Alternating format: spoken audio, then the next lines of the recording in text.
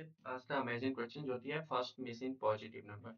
ये question Amazon, Google, Meta, मेटमाईट्रिप सभी में पूछा गया है।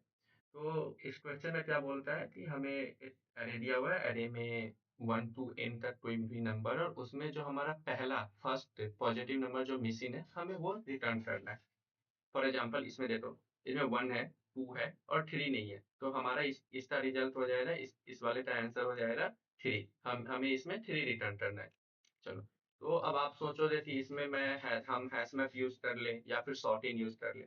तो अगर हम सॉर्टिंग यूज करते हैं तो सॉर्टिंग में टाइम कॉम्प्लेक्सिटी हमारा n log n में आएगा और हैश मैप में एक्स्ट्रा स्पेस कॉम्प्लेक्सिटी हम big of n आता है। जो कि अगर इन बड़े कंपनियों के इंटरव्यू में अगर हम ये अप्रोच बताने जाए तो उतना अच्छा इंप्रेशन नहीं आएगा। तो जो भी एल्गोरिदम हम इसमें यूज करने वाले हैं वो है साइक्लिक सॉर्ट। अब अब समझते हैं कि साइक्लिक सॉर्ट करता क्या है। तो अगर हम ध्यान दें तो हमारा जो भी अरे है उसमें हमारा टोटल नंबर, जो भी नंबर दिया हुआ है वो 1 से n के बीच में दिया रहेगा, ठीक है, और हमें पहला पॉजिटिव नंबर माइनस करना है। तो हम उस नंबर में हम ये चेक करेंगे कि अरे में 1 टू n के बीच बीच में कौन सा पहला पॉजिटिव नंबर नहीं है, हम वो रिटर्न कर देंगे। अगर सभी नंबर हैं तो हमें रिटर्न क्या करना है, n प्लस 1। ठीक है, यहाँ तक क्लियर है। अब यहाँ जैसे साइकिल का जो मेन वर्किंग क्या है, मान लो ये 2 है, ठीक है, और अगर मैं मान लो इस वाले एरे तो मैं रीअरेंज करूँ, मैं अज्यूम करता हूँ कि सभी पॉजिटिव नंबर है क्योंकि मुझे पॉजिटिव नंबर से ही डील करना है, मुझे नेगेटिव नंबर से कुछ नहीं डील करना। तो ऐसे ओरिजिनल अगर वैल्यू मैं डालूं 3, 4 एंड 5 होते, तो 2 का अगर मैं ओरिजिनल प्लेस देखूं तो वो क्या है, फर्स्ट इंडेक्स। वैसे ही 1 का जो मैं ओरिजिनल प्लेस देखूं वो क्या है, 0th इंडेक्स। 4 का ओरिजिनल प्लेस क्या है, थर्ड इंडेक्स। ये मेरा अगर मैं देखा जाए, सो अगर मैं मुझे इसे इसके फर्स्ट इंडेक्स पे करना है तो मैं अगर इसका करेक्ट इंडेक्स कैलकुलेट करना चाहूँ तो करेक्ट इंडेक्स क्या होगा, नम्स ऑफ आई। मान लो एरे ऑफ आई है मेरे पास, नम्स ऑफ आई, ठीक है, एरे ऑफ आई क्या है और उसमें से मैं -1 कर दूं, ठीक है, तो वो उसका करेक्ट इंडेक्स आएगा। मान लो ए ऑफ आई मेरा 2 है, उसमें से मैंने -1 किया तो इसका करेक्ट इंडेक्स क्या आ गया, 1। तो 2 का पोजीशन 1 होना चाहिए। वैसे ही अगर 4 है, nums of i, a of i 4 आ गया मेरा और उसमें से मैंने अगर -1 किया तो करेक्ट इंडेक्स 4 का करेक्ट इंडेक्स क्या आना चाहिए, 3, जो कि 3 है। तो जब पास, ठीक है, मान लो 2 का करेक्ट इंडेक्स मैंने ध्यान दे 2 का करेक्ट इंडेक्स ये है, तो मैं इस दोनों को स्वैप कर दूं, सॉरी, ठीक है। अब स्वैप करने का भी कंडीशन है, मैं इस दोनों को तभी स्वैप कर सकता हूँ जब यहाँ पे पहले से 2 ना हो, तब मैं स्वैप करूंगा। मैंने यहाँ आई इनिशलाइज किया, मैंने चेक किया क्या ए ऑफ आई जो भी है मेरा वह n से छोटा है और ए ऑफ आई मेरा 0 से बड़ा होना चाहिए, है, चलो है, ठीक है। और क्या, जो मेरा करेक्ट इंडेक्स है वहां पे पहले से ए ऑफ आई तो नहीं है, not equal to a of i, ठीक है। अगर ये कंडीशन, ये 3 कंडीशन ये, तो फिर मैं स्वैप कर दूंगा, ठीक है। स्वैप किसे करूंगा, तो 2 तो मैंने उससे ए ऑफ करेक्ट इंडेक्स से मैं स्वैप कर दूंगा, ठीक है। तो ये मेरा साइक्लिक फंक्शन। आई तो मैंने 0 पे इनिशियलाइज किया, अब ए ऑफ आई है, ठीक है, उसका मैंने करेक्ट इंडेक्स निकाल लिया ए ऑफ आई। तो correct index of a of i मेरा क्या हो जाएगा, वो हो जाएगा ए ऑफ आई -1। अब मुझे करेक्ट इंडेक्स आ गया तो मैंने एक कंडीशन लगाया अदर, ठीक है, a of i is more than 0 and a of I is less than n and a of of correct index of I is not equal to a of I, okay. तो फिर मैं इसमें क्या कर दूंगा, swap कर दूंगा। Swap में क्या क्या स्वैप किससे तो करूंगा, ए ऑफ आई तो मैं स्वैप करूंगा किससे, ए ऑफ करेंट इंडेक्स जो उसका करेक्ट इंडेक्स है उससे कर दूंगा, ठीक है।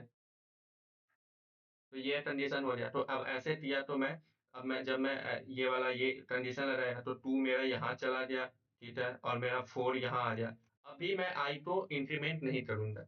अब मैं आया 4, अब क्या 4 अपने करेक्ट इंडेक्स पे है, नहीं है, तो फिर से मैंने करेक्ट इंडेक्स 4 का कैलकुलेट किया तो क्या आया, 3। फिर से ये कंडीशन है, क्या 4 0 से बड़ा है, हाँ है, क्या 4 n से छोटा है, हाँ है, क्या करेक्ट इंडेक्स पे 4 है पहले से? नहीं, नहीं है। तो फिर अब मैं 4 टू और -2 तो स्वैप करूँगा तो यहाँ 4 आ जाएगा और यहाँ -2 आ जाएगा। अब जब C ऑफ i, अब जब करेंट इंडेक्स पे आ गया, ठीक है? इफ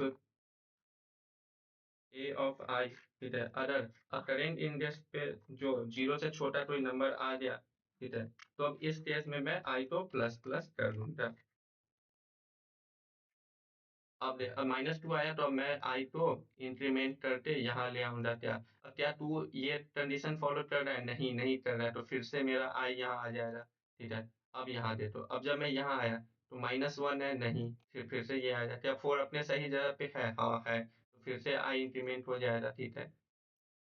अब आया 1, अब 1 का मैंने करेक्ट पोज़ीशन क्या देखा? 2, अब क्या 1 1 क्या लेस देन 0 है? नहीं, नहीं है, तो 1 का करेक्ट इंडेक्स क्या आ जाएगा? 0, ठीक है? क्या 1 0 से बड़ा है? हाँ। n से छोटा है? हाँ। क्या पहले से 0 पे 1 है? नहीं, नहीं है, तो मैं 1 और -2 तो स्वैप करूँगा तो यहाँ 1 आ जाएगा, यहाँ -2 आ जाएगा। अब ये i बाहर आ जाए तो मेरा ये जो लूप आएगा ये यहाँ स्टॉप हो जाएगा। अब मैं क्या करूँगा? मैं एक फॉर लूप लगा के यहाँ इटरेट करूँगा और जहाँ पे फर्स्ट नेगेटिव नंबर मुझे मिल जाएगा, वही वही उसी का इंडेक्स प्लस 1 मैं रिटर्न करूँगा, वही नंबर माइनस। अब जैसे यहाँ देखो, जब मैं पूरा लूप एक बार चला, तो मेरा फर्स्ट पोज़ीशन में 1 आ गया, यहाँ 2 आ गया, लेकिन यहाँ -1 ही है।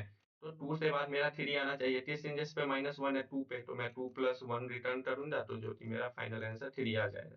तो इसे हम साइक्लिक सॉर्ट करते हैं। अब इसे मैं कोड के हिसाब से देखूँ, तो मैंने वो नम्स निकाल लिया, लेंथ i मैंने इनिशियलाइज़ किया 0। अब i को मैं लेस देन एक व्हाइल लूप लगाऊँगा, जिसको जो भी i n तक मुझे इटरेट करना है। अब मैं पहले चेक करूँगा क्या नंबर 1 से n के बीच में ही होना चाहिए, और वो क्या अब नंबर ऑलरेडी पहले से ही अपने करेक्ट पोज़ीशन पे है या नहीं है, ठीक है? तो इस दोनों कंडीशन को मैंने कोड में ऐसे लिखा, nums of i more than 0, nums of i less than equal to n and nums of i not equal to nums of i -1। Nums of ये मेरा करेक्ट इंडेक्स है, ठीक है? इतना मैंने ऊपर ड्राई रन किया। अब अगर ये कंडीशन फुलफिल हो रहा है तो मैं स्वैप कर दूँगा, और स्वैप का ये जो फंक्शन हम लिखते हैं जावा में, उसे अगर ये कंडीशन फुलफिल नहीं हो रहा है तो मैं i को इंक्रीमेंट कर दूँगा, और जब ये एक बार ये लूप पूरा n i nth पोज़ीशन तक लूप रन हो जाए, उसके बाद मैं एक फॉर लूप लगाऊँगा, वहाँ चेक करूँगा कि क्या nums of i not equal to i plus 1 है, वो उसका इंडेक्स +1 मैं रिटर्न कर दूँगा।